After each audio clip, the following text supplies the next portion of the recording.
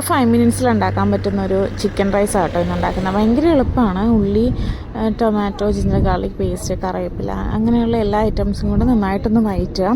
ഞാൻ നെയ്ക്കകത്താണ് വഴറ്റുന്നത്, അല്ലെങ്കിൽ oil use ചെയ്യാം.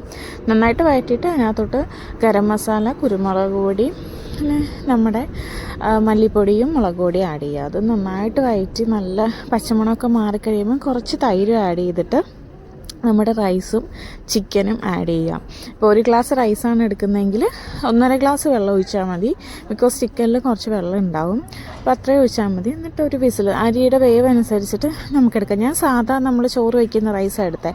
അതുകൊണ്ട് ഒരു വിസിൽ ഫുള്ള് ആവി പോയി കഴിഞ്ഞപ്പോഴത്താണ് പിന്നെ ഞാൻ കുക്കർ ഓൺ ചെയ്തത്. അപ്പോഴത്തേക്ക് നല്ല അടിപൊളിയായിട്ട് നമ്മുടെ ചിക്കൻ റൈസ് ഉണ്ടായത്. ഇതൊരു തമിഴ്നാട് സ്റ്റൈൽ ബിരിയാണി പോലത്തെ ഒരു ചോറാണ്. പക്ഷെ നമുക്ക് ഭയങ്കര എളുപ്പത്തിൽ ഉണ്ടാക്കിയെടുക്കാം.